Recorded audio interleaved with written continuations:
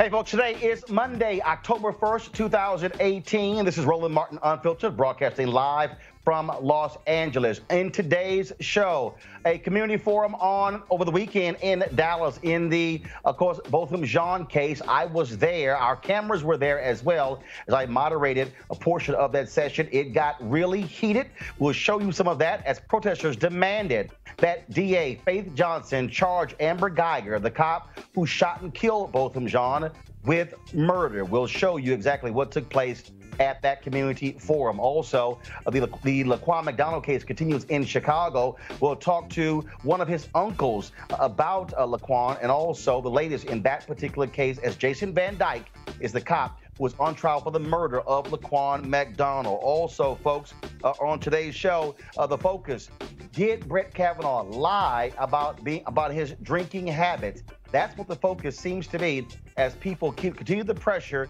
as the FBI is investigating now that the White House has allowed them to do so. The question is it a fair investigation if the White House is setting the terms? Also, on today's show, folks, we'll talk about the formerly incarcerated in Florida. 1.6 million people don't have the right to vote. The Advancement Project breaks down how that has impacted African Americans in particular. Again, a packed show for you today. It's time to bring the funk. Roland Martin Unfiltered. Let's go.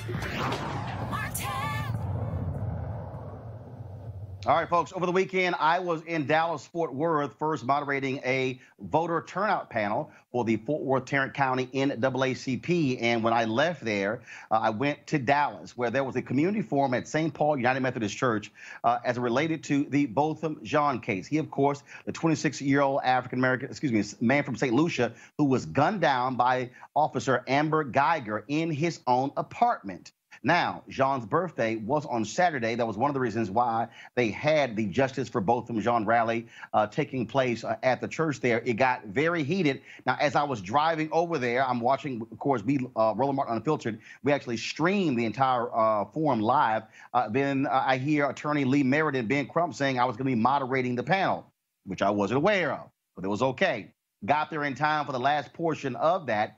And again, lots of emotion, raw emotion, as people are still angry over the fact that Amber Geiger, it took so long for her to be charged. Now they are demanding DA Faith Johnson to indict her on murder charges. Yeah, I've got what I think is a quick way. I try to stay pretty well informed on issues, but what I don't understand, and what I think a lot of people don't understand, maybe you can explain to us, just in the process of this killing of this brother, why was there like 3 days or whatever it was before she was arrested? Why was she able to turn herself in another county than she lives in and then the crime was committed in. And just something very, very basic. Assume everything was reversed. Assume Bokum Jean went into an apartment, shot this woman dead, and then said, I was in the wrong place and thought it was mine. Does anybody believe we'd be here with this same thing would have happened? And if that didn't happen, then how is that equal justice? Okay. Go ahead. Go ahead. 1 second. 1 second. Go ahead. On August 10th, 2016, the Next Generation Action Network sent the proposal to City Council in the city of Dallas, and we had a list of demands that went about, and we asked Chief David Brown at the time to end the 72-hour policy. We found out. Okay, first of all, for folks who don't know, bro, I got it. Explain the 72-hour policy. Okay, so the 72-hour policy allows the officer to wait. So basically in Amber Geiger's case or whatever, they said that this was an officer-involved shooting. There's a policy that makes her and force them to have to send her home, and they can't speak to her or anything until 72 hours is up. Now, guess what? We know in this process that Dallas Police Association and other associations has to represent her, make sure that her rights is there, and she has also the right to look at whatever she wants to. However, this policy was yet supposed to be ended, and David Johnson actually published this throughout the community and said that this was ended. Well, this past Monday, we found out that he lied to the community. He did not end that policy back in 2016. Now, one second. Is it a policy of the police department? It was a policy of the police department. Or can the city council, because the city council governs the police department. Yeah, that's what I was Can the city council make it clear that will be the policy of the Dallas Police Department, not the chief? Correct, and that's what I was going to segue into, right? So this is a policy within the Dallas Police Department.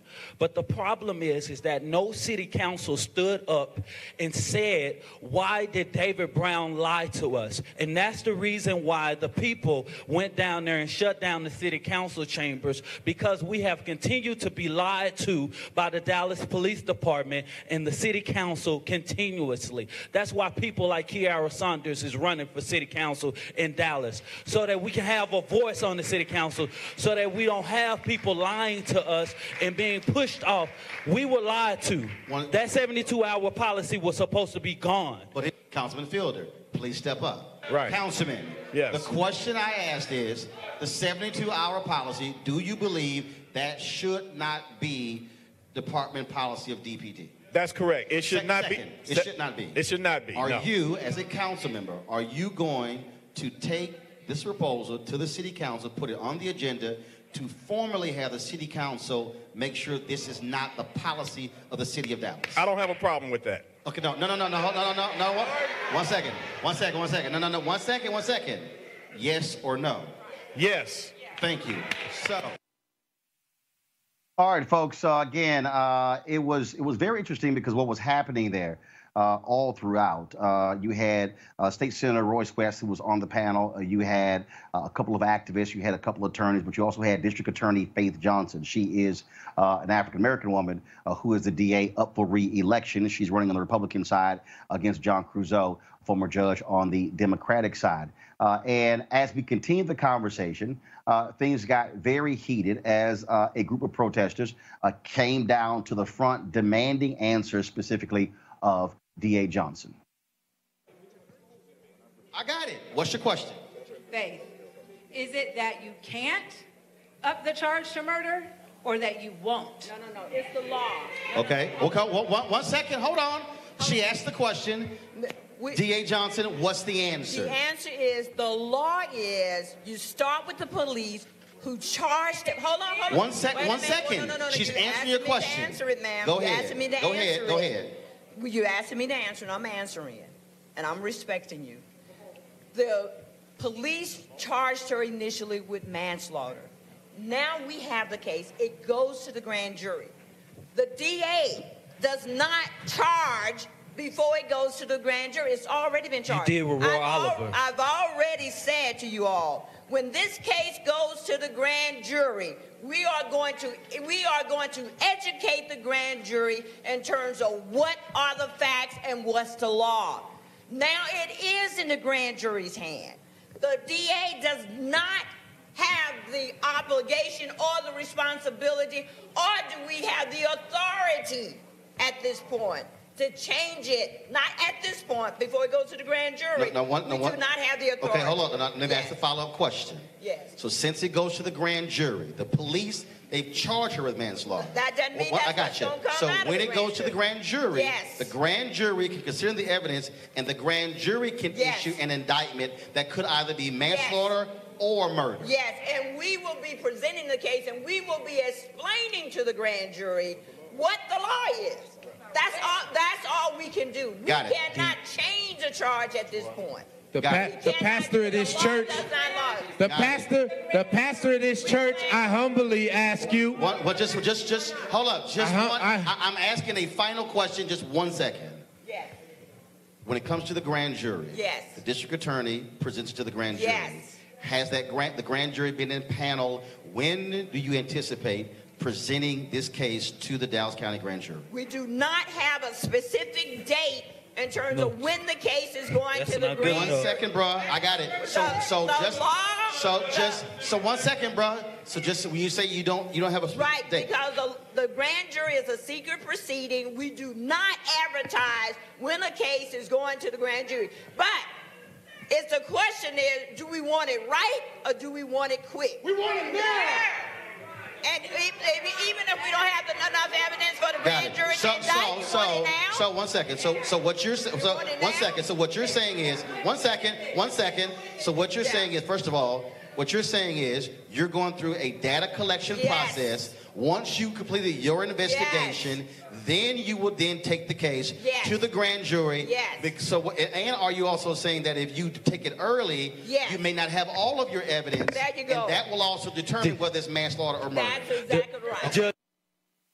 All right, folks, we want to go to our panel. Michael Brown, he is the former vice chair of the DNC Finance Committee. Also, Avis Jones-DeWeaver, leadership strategist, and Eugene Craig. He is the CEO of the Eugene Craig organization. Michael, I want to start with you because, what's interesting here is that we have to understand, I believe, the particulars. And what I was trying to get at there with D.A. Johnson was trying to have her walk through for people the facts in terms of exactly what is required. So, for instance, we know that Amber Geiger shot and killed Botham Jean. We call it murder. Understandable. But it's actually a homicide. Explain to people from a legal standpoint why the distinction between murder or manslaughter. Well, first, Roland, thank you for having me. Let me first touch on my confusion with D.A. Johnson's answer to your question. I'm not familiar with the statutes in Dallas County, but it seems to me the police never should have charged her before talking to the DA's office. I don't understand. Right. There should have been a conference first or a discussion, and frankly, folks that watch Law and Order should see that every day too. Again, I don't know the statutes in Dallas County, but there should have been a conversation between the charging officer, his superior, and the DA's office to see what would actually be the charge. Relative to the difference between manslaughter and murder, it has a lot to do with different elements. Elements from intent to predisposition, their mental capacity, whether it's self-defense, for example. Clearly, that was not the case. So I don't know why D.A. Johnson didn't at least say, I understand the rules and what the grand jury has to hear, and she's going to follow the law. But to answer your question, she could have said, this is a murder charge, and I'm going to fight for that. That's all she had to say. Clearly, the rules relative to grand jury are going to present themselves the way they are, but she should have made it clear that she thought this was a murder charge. And Avis, one of the reasons I was trying to walk through that, because again, for the general public, folks say that was murder, but the reality is you have to establish intent before you can proceed to murder. Absolutely. The first thing I brought up on Saturday was the case of Dante Servin. the off-duty Chicago police officer who shot and killed Rekia Boyd. They went to trial. The judge determined that he was charged with the wrong charge by Anita Alvarez, Cook County State's Attorney Office, and he was set free. Never tried again. One of the points that D.A. Johnson made is that you want to get the indictment right. You don't want to undercharge. Many believe that Angela Correa, who prosecuted the George Zimmerman case, many believe that she made a mistake by prosecuting him for murder because you had to establish intent. And so I know folks want justice immediately, but the key is to make sure that Amber Guyger is charged properly. Absolutely. We need to make sure that we have justice. And as laypersons who aren't familiar with the law, this is not what we do every day, we don't really know the nuances of what really accounts for murder versus manslaughter off the tip of our tongue. But the missing element here is trust. And that's what the problem is here. Because of a history in this country of seeing police officers get away with murder day after day after day after day, there is no trust there. And so I can understand why the community wants answers and is asking all of these questions, and rightfully so, because they do not trust the police, they do not trust the DA, they do not trust that they will have justice for this innocent man murdered in his own home. Now, what you have had there, Eugene, you've had the officer who killed Jordan Edwards in Balk Springs. He was convicted of murder. The jury, they gave him 15 years. You have another trial that's going on as we speak of a black officer who I believe is in Mesquite, who shot his brother, who survived, who is also on trial. And so you do have cases where this district attorney's office has indeed gone after police officers. I think but the other thing is I learned over the weekend in Dallas, and this is very interesting, is that once an officer is convicted, then the city is indemnified from that. So for instance, in the Jordan Edwards case, I was talking with attorneys there. Because that officer was convicted, the city isn't even bothering talking to his family about a settlement. So in talking with attorneys there, they also say we must be careful not to rush to want somebody tried immediately because that impacts civil cases. And again, all of the in terms of the family's ability to be able to sue the city and the officer. And so you have all of these things that are going on, and I absolutely understand the righteous indignation of people, but I do believe it is important that we make sure that the DA's office is doing the full investigation to ensure that Amber Guyger is charged the right charge or indicted or the proper indictment. Absolutely. What people have to remember is that the system is set up not to necessarily convict police officers, not even to have local or state governments pay. It's to protect the agents of the state and the state itself, i.e. the state being local government or state government. And I agree 100%. The DA wants to get it right. And I think she probably could have communicated that better. But I also think, we're looking at reforming this process along the way. I think that indemnification probably should be an issue that's discussed in this next 30-odd days leading up to Election Day. Secondly, I think, if I'm one of the protesters, I'm asking that DA, how in the hell did you allow bail when that would not have been the same if it was a reverse rule, if we're talking equal justice under the law? Well, that was certainly one of the issues that came up. Not only that, waiting 3 days before she was even arrested, turning herself in Kaufman County and nearby county as well. So many of those questions were raised, and we can certainly expect folks to keep the pressure on the DA's office when it comes to the Botham Jean case. Also, I want to show you this photo real quick. Guys, do you have the photo? I bumped into Botham Jean's girlfriend, and I sent you, if y'all guys have the photo, please pull it up. And it was very interesting because it reminded me of, her name is Cynthia Alexis Johnson. And it reminded me of the Sandra Bland case. So Cynthia walked up to me and she said, Roland, she said, good to meet you. She said, I want you to know that Botham and I watched your show all the time. And she said, we watched it, we would discuss these topics.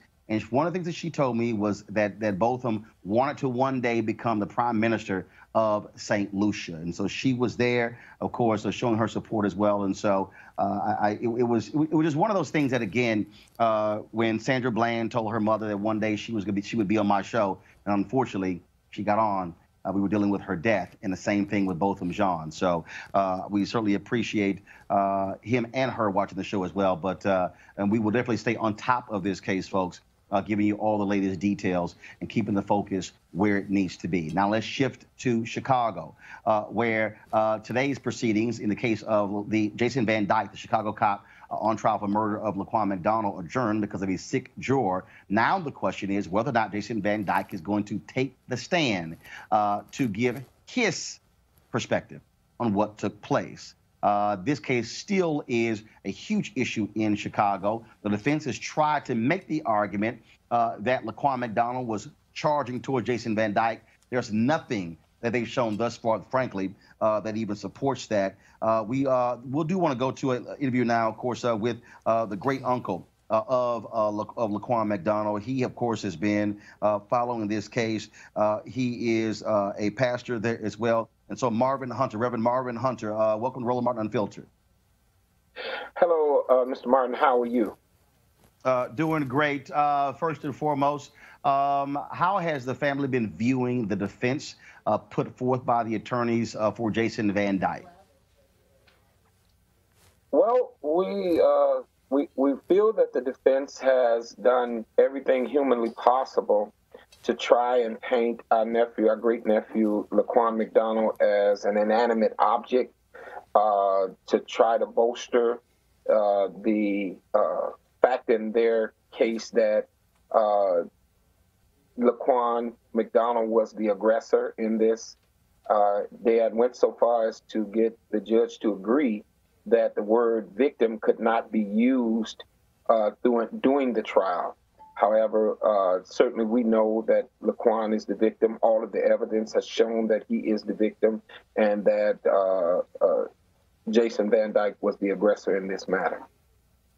And obviously it has to be disturbing to you to see so many Chicago police officers coming to the courtroom supporting Jason Van Dyke, even though we know he lied, other officers lied. Some of them have been fired, some have retired as a result of what took place. And of course, we still know about those officers who went to a nearby Burger King and erased video as well. It has to be bothersome to see Chicago police ignoring what those officers did. Yes, sir. Absolutely. And in fact, you're one of the few people that has brought that out. The prosecution did not use that evidence to bring about what we believe is going to be justice in this matter because they had so much other evidence. But certainly what you're saying is the fact that there were tapes that was erased, there was police officers that lied. Mr. Camden, who was the spokesperson for the Chicago Police Department, lied. Initially, he came out and said that my nephew was aggressing the officers and they shot him once in the chest, and we found out that day that he had been shot 16 times, in fact, and when the tape actually came out, we discovered that he had not aggressed any officers. He was not trying to attack anyone. He was simply walking away from the officer. All right, then. Well, Reverend Hunter, we certainly appreciate you joining us. We will, just like the Botham Jean case, we will continue to keep our attention on the Laquan McDonald case as well, because it is certainly important for our national audience and international audience to be aware of this trial. Thank you so very much. Well, Mr. Martin, thank you. And I want to say, if I may, that one of the things that we are trying to do is not allow the death of Laquan to just be marginalized into Jason Van Dyke going to jail, because all across this country, Laquan McDonald's are dying at the hands of unjust police. What this police officer did was became judge, jury, and executioner. So what we decided was to look closer at this, and we discovered here in Chicago that we have a consent decree. But not only do we have a consent decree that's trying to come out, but we also have a FOP contract Jason Van Dyke is study saying that he feels like he was doing his job. When we looked at the FOP contract and listened to the testimony of the officers that came to testify against him, what we discovered was that Jason Van Dyke felt like he was just in doing what he was doing based on what the FOP contract was saying. And when we go to court, every day the FOP is there standing with Jason Van Dyke saying that he is right. What we discovered is that they are violating our civil rights in this FOP contract in Chicago. And so we're looking into this because we believe that our 14th Amendment rights are being violated with the FOP contract that is taking place here in Chicago. And as Emmett Till's death birthed Rosa Parks, and Rosa Parks birthed the Montgomery boycott and began to change Jim Crow laws across the country, we realized that that's what has to happen here with Laquan McDonald, because what they do is they align in their language. They're calling the FOP contract a contract. It is not a contract. It is, in fact, a law. And so we must change that law here in Illinois. And hopefully once we're successful at doing that, the FOP contracts across this country will begin to change. And those Jim Crow laws that are there will be moved, and then we can get to having real police officers and not Patty Roller. All right, Reverend Hunter, we appreciate it. Thanks a lot. Thank you. All right, folks, time to go to a break. When we come back, we'll talk about the impact of 1.6 million formerly incarcerated folks in Florida not being able to vote and the devastating impact it has on Black communities. You're watching Roland Martin Unfiltered, live from Los Angeles. I'll be back in a moment.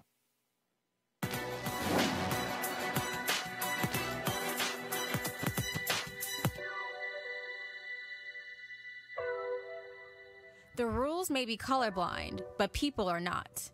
Law professor Patricia Williams.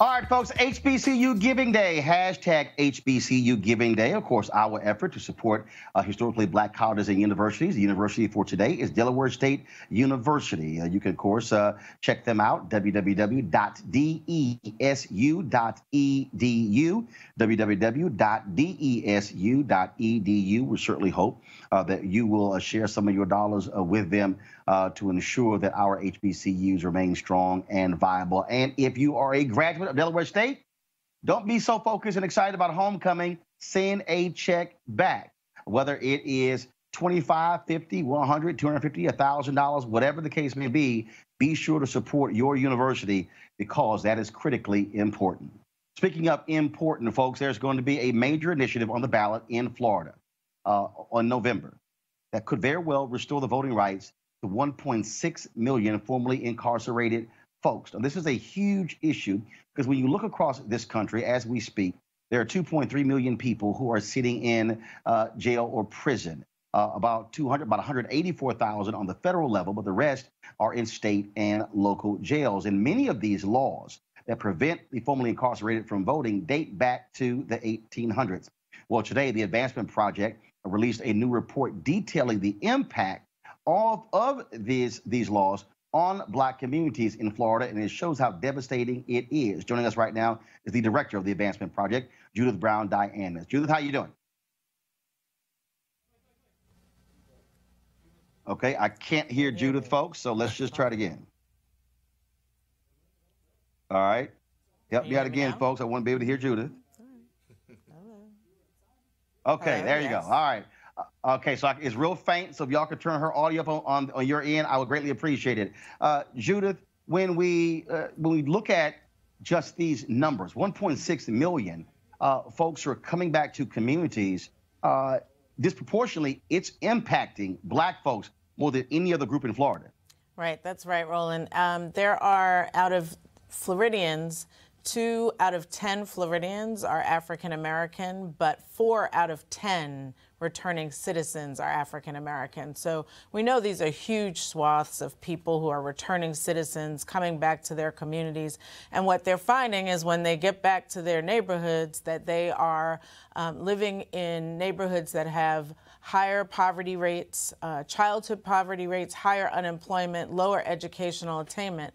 And at the end of the day, what we know that means is that these are folks who can't vote. If you can't vote, you don't have political voice. If you don't have political voice, that impacts your community and the ability to hold elected officials accountable.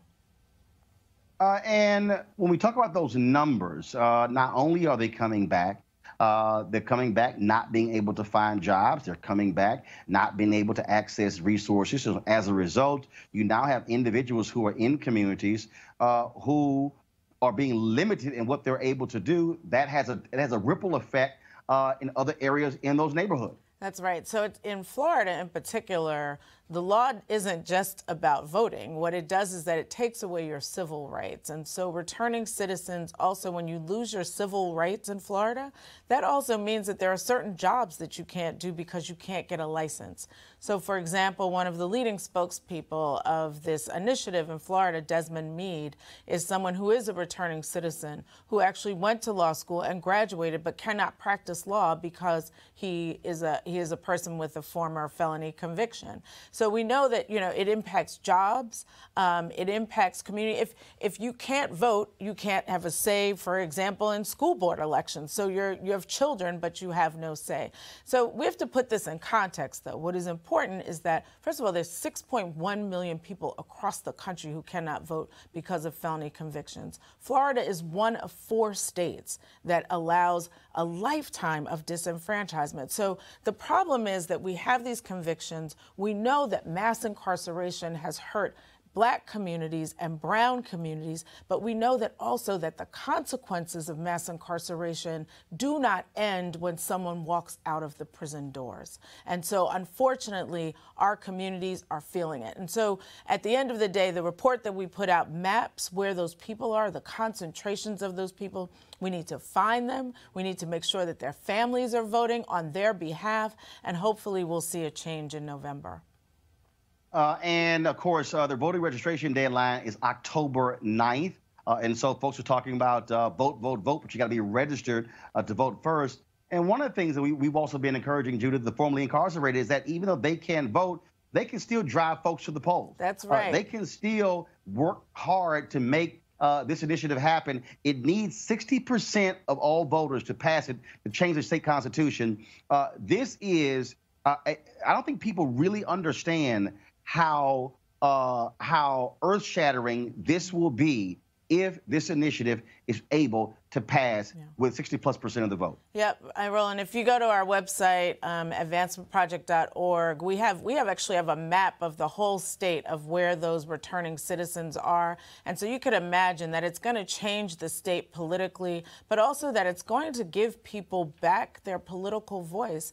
And we're going to be able to do things like change the criminal justice system. We're going to be able to change educational outcomes for our communities. And so this is really important. And the thing is that we need to make sure that Black folks turn out in huge numbers, because the people who are impacted are the people who don't have a voice. But their family members, their friends, their church members, all can vote for them. I want to bring in our panel here, of course, Eugene, Avis, as well as Michael. Michael, this is an issue that we see all across this country. Judith, do this for a favor. Tell folks what you said this morning in the Tom Joyner Morning Show, that this dates back in Florida to the 1800s. Yes. So Florida's law was actually passed in 1868. So you have 1865, free the slaves. And then right after, African Americans see this wave of laws that were put in place to disenfranchise newly freed African Americans. So Florida's was 1868. And while they did some changes after that, the impact of it has been the same on the Black community. Michael, Avis, and Eugene, thoughts? Well, first, I'd like to give Judy some props because she keeps using the term returning citizens. Thank you very much. Well, I want to take some credit for that, Roland. As you know, Marion Barry and I wrote that legislation to change the term of ex-offenders to returning citizens. Obviously, may he rest in peace, Marion Barry, and I thought it was time to change the stigma of what the title of ex-offenders meant as opposed to what it means to be a returning citizen. Relative to the legislation, elections have consequences. And until you have the kind of representative that you want representing you in your particular jurisdiction, these kind of laws are going to continue to fester. Washington, D.C., for example, is one of the more states that looks out for returning citizens. As soon as you get home, you can vote, how it should be anywhere else, especially if you are lucky enough to get a job, you're paying taxes, so why can't you vote? And as you mentioned, as Judy mentioned, getting your families involved is a part of making sure that elections have consequences.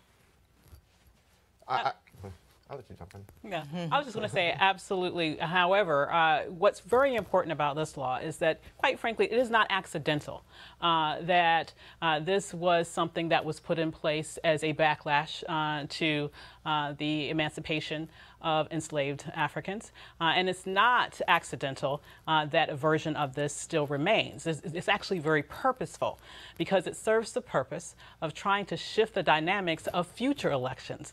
If you have 1 million+ people who cannot vote, and it's your belief that a large percentage of those persons will vote against your political interest or your politics, then it's in your interest to make sure that they cannot vote. And that's why it's so exciting to see now that we have the power in Florida to change the dynamics of that in terms of this next election. And if Florida is successful in flipping the script, so to speak, and making sure that returning citizens are able to regain their right to vote, I'm hopeful that this will be a blueprint that can be copied in other states so that felony disenfranchisement and other measures that have been put in place all across this country to depress the vote specifically of the Black community can be struck down one right after the other. I agree 100% with Michael and Avis. I'm actually of the belief that you shouldn't lose the right to vote when you when you are incarcerated. You don't lose your right to free speech. You shouldn't lose your right to vote. But the Advancement Project that's going on in Florida is absolutely amazing. I hope that the initiative passes this cycle. If 1/10 of that, 1.6 million voted in 2016, Donald Trump doesn't win Florida. Absolutely. And so, with Maryland, we've taken a step further. We've taken that step of giving giving newly returned citizens the right to vote back, and are taking steps to deal with licensing, especially when it comes to occupational licenses. And Judith, to that particular point, look, if this is able to pass, this is going to change politics up and down the political ladder in Florida, because look, you're not going to have people who are going to be so quick to run on I'm Mr. and Mrs. Law and Order. They're going to have to consider what those folks think. And when you're talking about adding 1.6 million people to the voting rolls, that changes the entire state. That's right. This is no little thing. I mean, of course, it's been in place since 1868. So it's no little thing. And what we're doing is that we are part of the coalition that is there working on this issue. But we're not just talking about this initiative. We're getting prepared for winning. We're getting prepared for what we're going to do on the other side. So we're building out chapters of returning citizens across the state with the Florida Rights Restoration Coalition, because when you win things, then you got to be ready to step into the power that you have. And so we want to make sure that returning citizens have a say. So you could imagine all of criminal justice issues will be on the table, and people will be voting around that issue. 1.6 million people who will have a say about how the incarceration beast has been devastating our communities. And so this is a big deal. And as Avid said, this is not just Florida, right? We will see a sweep. If it happens in Florida, believe me, we're going back to Virginia, where we were able to get a big win through the governor, but we need a constitutional amendment in Virginia. So we're just hoping that we're going to be able to get Black folks out to make sure that they turn out to be the voice for those people who don't have a voice in our system. Because if they do, all things will change. And Roland, first of all, Michael, go ahead, because while you're doing that, I'm texting Sheena Mead as well as Desmond Mead. Good. Of course, they're leading this initiative, and new polling literally just came out. So, Michael, while you're talking, I'm telling Sheena to send the polling data ASAP so I can read it right now. So, Michael, you go ahead and make your comment, and then I'm waiting for this email. Well, part of the challenge is with criminal justice reform, sentencing reform, prison reform, whatever you'd like to call it, is sometimes there's a stigma attached, clearly, and Judy knows the statistics better than all of us, about how many folks that impacts, whether it's to black and brown people. However, there are large amounts of white folks too.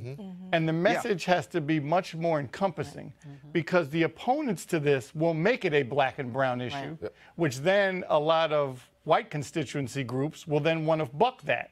But if they know their nephew also can't vote when they come back to home and sometime somewhere in Kentucky or West Virginia, they're going to fight just as hard. So we have to make sure, yes, we know who it impacts.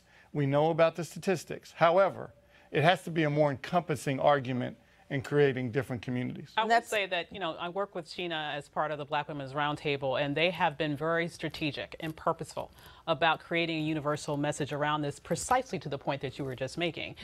They were mentioning even when they were having the petitions to get this on the ballot, they were actually going to Trump rallies and getting people to sign the petition.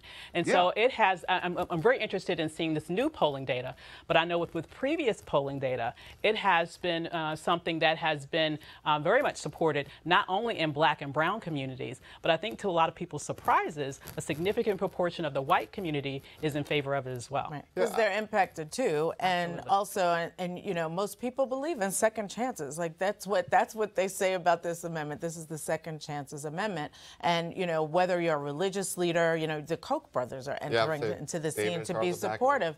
Where we thought that they would just be about the reform issues, criminal justice reform. Judith, hold on one second. So Sheena, the email is taking too long, so I'm actually live right now. So why don't you just tell me what the new polling data says? I actually have you on the digital show. So what does it say? Okay, awesome. Well, thanks, Roland. We just released today that we are still polling at 74% across the state, holding with 74% of voters still saying yes, that they support Amendment 4. So you're polling at so right now you're polling at 74% across the state. That's awesome. Yeah.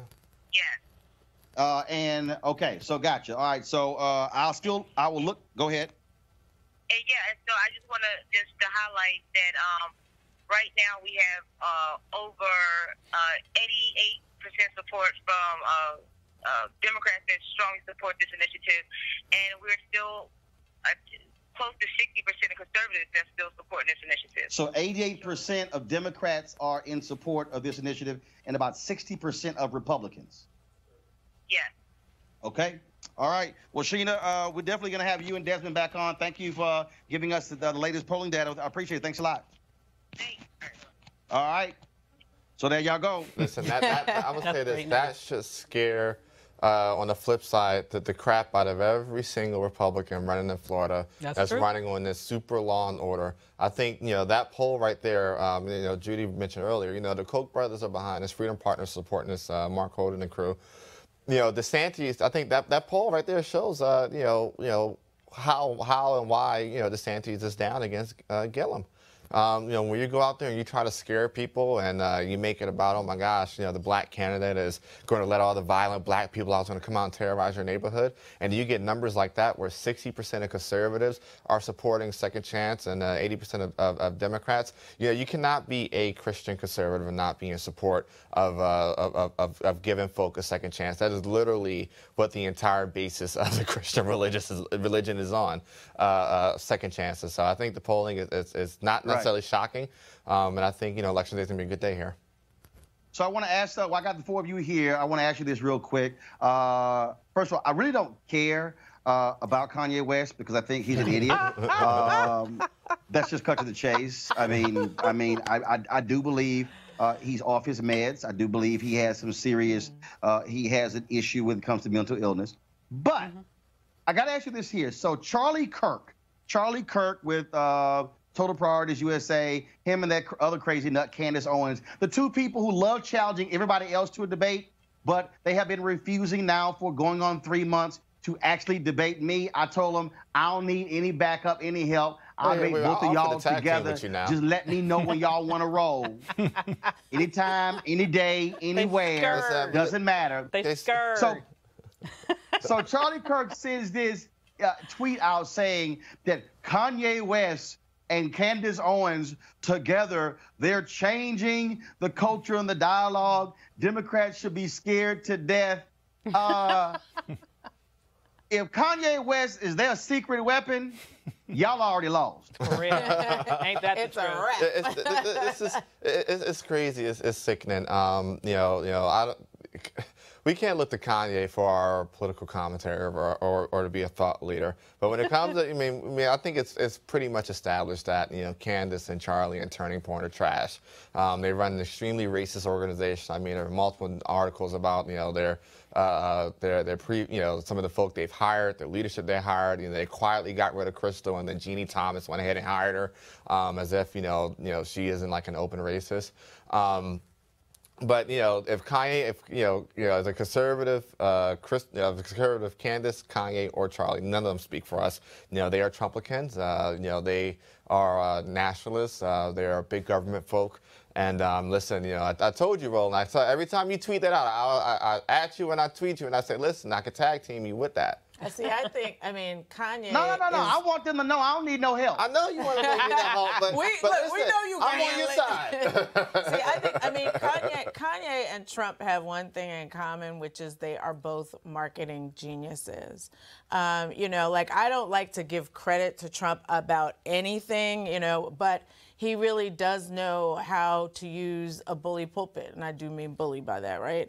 But he also, the two of them understand the moment, and Kanye just wants to be in the news, and so he's able to say these things that actually have us talking about it when we don't care. But that's what he does. He does have us talking, but he doesn't have us buying. That's the thing. Right. I saw a statistic today that the second week of his sales has actually dropped tremendously. The main core of his audience is insulted, is offended, is repulsed by him, and he's not going to have those. He's not going to have those Trumpers buying his album. Amendment. Yeah. Have you read? I think Kanye's he's out of control. He's slightly misguided. I think I might know where he's been going with it. With the whole. He watched Ava DuVernay's film. He's like, get rid of the whole thing. The whole thing needs to go. At this point, my only thing is, where is Yandhi? I was promised a whole entire album on my birthday Saturday, and here we are Monday, and the album still has not dropped. Where is Yandhi? That is the only thing I need to hear from Kanye right now. Ahead. Well, I think it's even more basic than all the other commentators. They're exactly right. It's much more basic than that. I think he is mad that his wife makes more than him. And he has to figure out a way to get back in the mix so his check is bigger than hers in the house. And I think that's what this is coming down to. He's as Judy mentioned, he's into shock media, and this is all shocking to wear that hat. But basically, he's second-rate in his own house. The thing is, and there's nothing wrong with that. I think nothing wrong with a woman making more than a man. Kanye Kardashian knows that he's not that Yeezy shoes are not going to outsell lip kits and lipstick. First of all, when you show your ass up to a wedding and some damn house slippers, you need to be you need serious help right there because it looked like a damn fool and they didn't fit. All right, y'all. That's enough of that, because I'm just really. But here's the other piece. Kanye, I'd be more than happy to have a conversation with you too. You want some of this? Oh Lord. Would you like to have? Would you like to have that conversation, Kanye? He's not ready for that. Kanye, we're more. In fact, Kanye, Charlie Kirk, and Candace. I take on all three of y'all at the same time. I'm with it. I won't even take a water break. Roland's with the smoke. I'm telling you, it's gonna look like the Matrix with Neo when he was like this here. All the bullets were coming at him and they were just falling like, this ain't gonna happen. So I'm more than happy to have a discussion, a debate with them anytime, any day. Well, y'all just coming to tweet town. They'll be here in 3 weeks. Oh, Kanye? Candace and Charlie. Oh. Okay. Well, we're looking it's real forward simple. to that. Candace and Charlie? Come on. All right, y'all, going to a break right now. We come back. We're going to talk about white supremacy. One guy who used to be a white supremacist, now he realizes, the hell was I thinking? We'll talk to a Pulitzer Prize-winning author who wrote a book about this gentleman. Folks, this is Roland Martin Unfiltered. Back in a moment.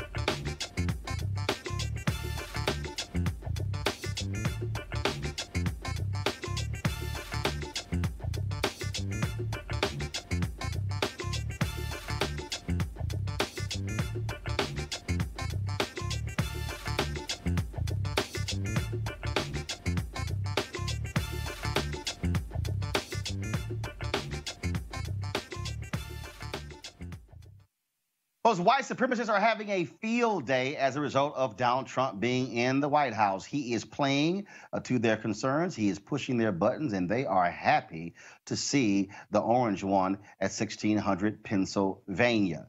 But there's a new book out that details a former white nationalist who realized that it made no sense whatsoever what he was doing. The book is called Rising Out of Hatred, The Awakening of a Former White Nationalist. It is by Eli Saslow. He's a winner of the Pulitzer Prize, and he details the story of Derek Black, who grew up at the epicenter of white nationalism. Eli, welcome to Roland Martin Unfiltered. Thanks so much for having me. Glad to be here. So these stories are always quite interesting because we see these interviews and we see these largely white men, young white men who are angry, who are bitter. They have what I call white fear because they can't handle this changing America. What made this individual so interesting that you wanted to make him the center of this book? Well, I mean, a big part of it is that Derek Black was not just a single racist. He was the heir apparent to this movement and was disastrous in mainstreaming a lot of these ideas. I mean, Derek, by the time he was 22 years old, had been elected to public office in Florida, had a daily show on the radio spreading this awful ideology, had built a white pride site for kids, spreading these ideas to more than 1 million kids who came to the page, did real and profound damage.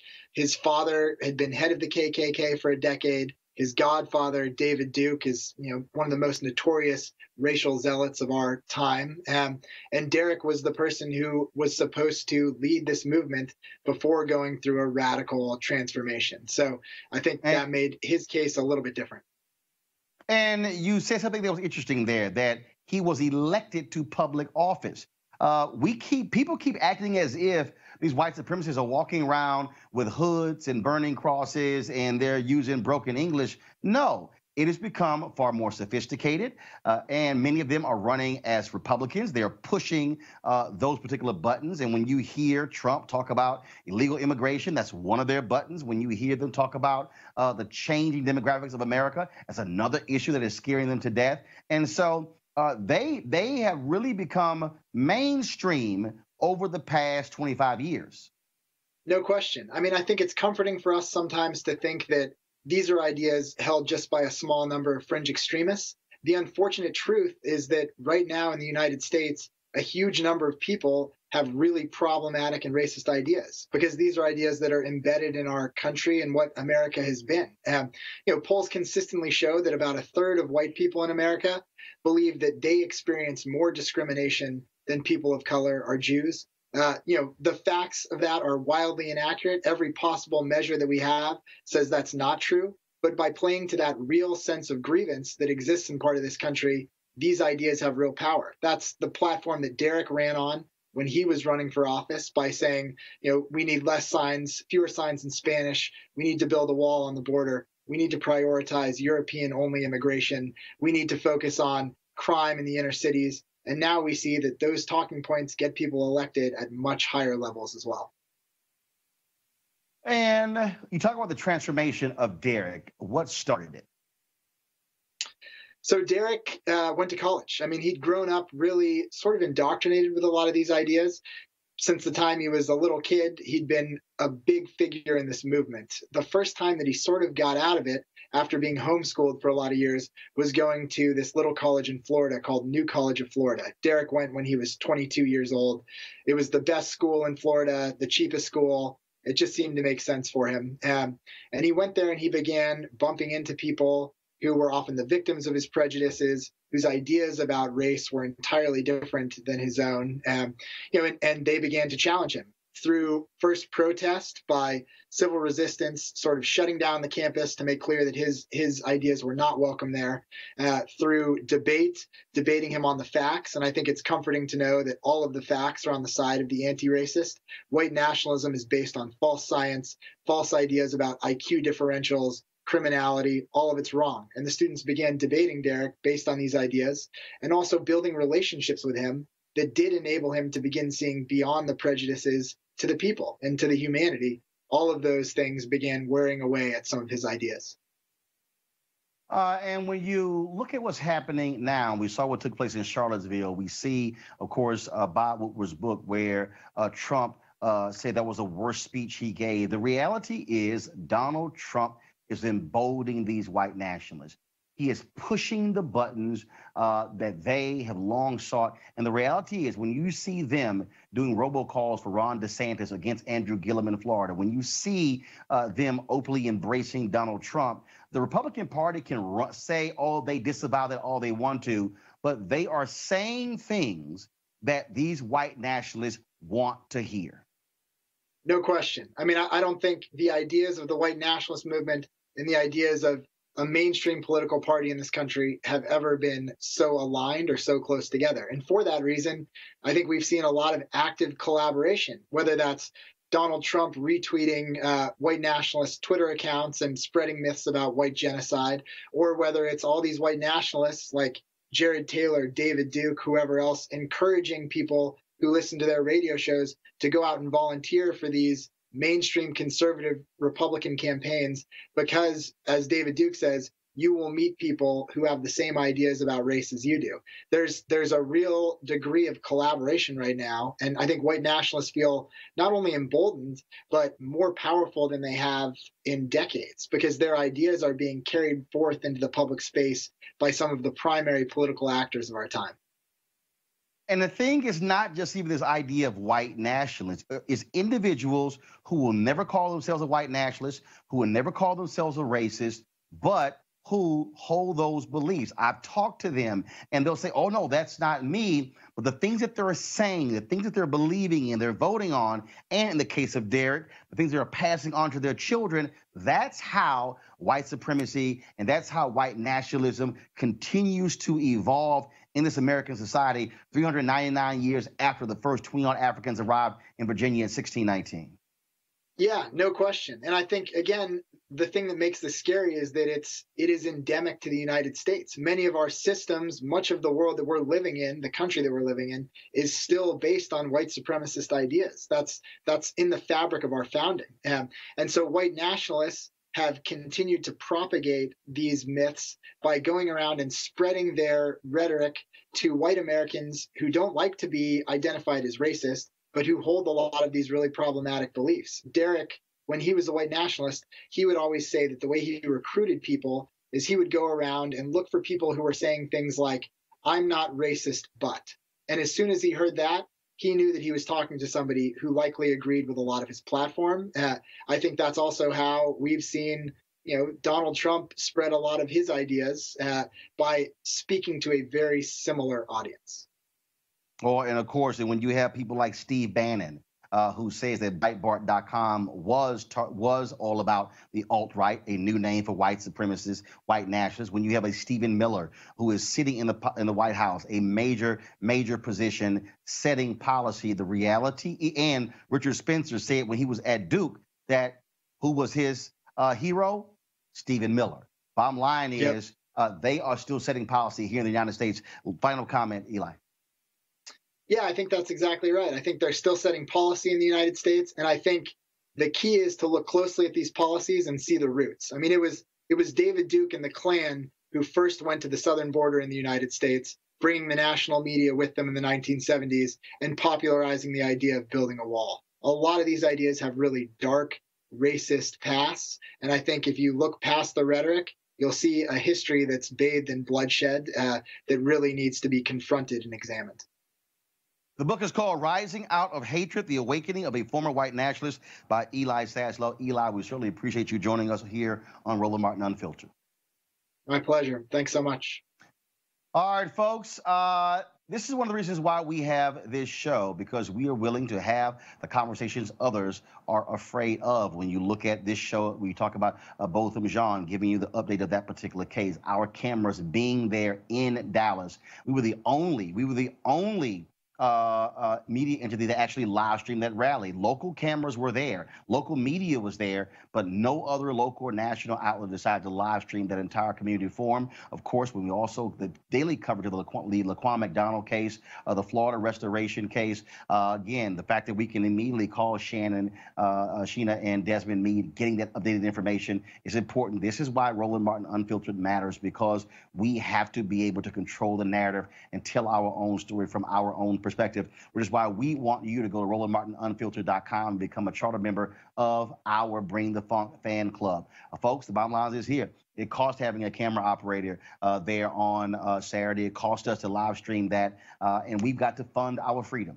It's as simple as that, because the reality is when you look at the things that we cover 5 days a week, even on the weekends, you're not going to see this stuff covered on a consistent basis by any of the cable or broadcast networks. We must be willing to tell our own story. So we want you to go to the website, RolandMartinUnfiltered.com. You can use Square, you can use PayPal, and you can actually join our club. Our goal is to get 20,000 of our fans over the course of a year to contribute a minimum of $50. It'll cover you for the whole year. If you want to give more, that's great. Some have done so, upwards of $500+. Others have given less. It doesn't matter. Every dollar counts, because it is about being able to tell our story and control our narrative.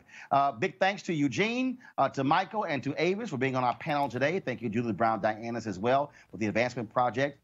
And Sheena and Desmond, thank you for giving us the first numbers on that new poll coming out of Florida with regards to the proposition on the ballot in November. Folks, do not forget, October 9th is a deadline in many places across the country.